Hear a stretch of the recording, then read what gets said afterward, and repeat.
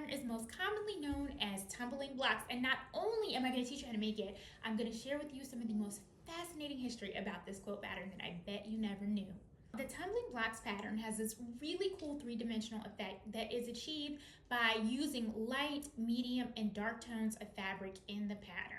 There's only one shape involved, and it's a rhombus or a diamond shape. To make my pattern, I just went into Canva, got a new document, dropped a rhombus in there, and for this example, I made it really tiny, but you can make yours whatever size you want for the quilt that you're working on. It just needs to be a rhombus that has two 60-degree angles and two 120-degree angles. I've got my light, medium, and dark tone fabrics here. I'm going to cut them into that rhombus shape, and once I've done that, it's just a matter of piecing them together. Light on top, medium to the left, dark to the right.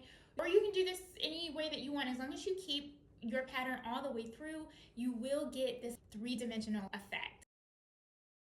Now for the really interesting part. Quilts have played a huge role in African American history, especially in the history of slavery in America. This book is called Hidden in Plain View: The Secret Story of Quilts and the Underground Railroad. In this book, the authors lay out a quilt code, and it's all of these quilt patterns that we're familiar with, but they were actually used to communicate different things to slaves as they were escaping on the Underground Railroad.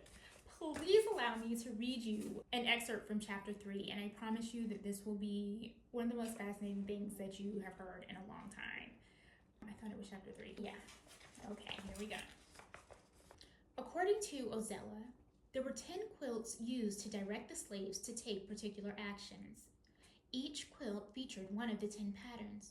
The 10 quilts were placed one at a time on a fence.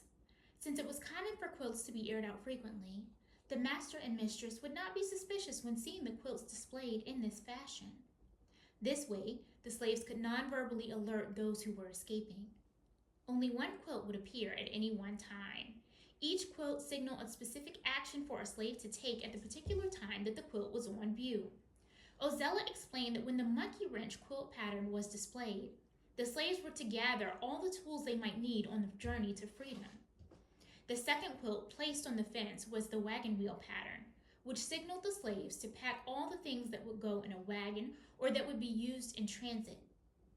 When the quilt with the tumbling boxes pattern appeared, the slaves knew it was time to escape. How long each quilt remained on the fence before being replaced is not known. Ozella suspected that a quilt would remain up until all who were planning to escape had completed the signal task. The code had dual meaning. First, to signal slaves to prepare to escape, and second, to give clues and indicate directions on the journey.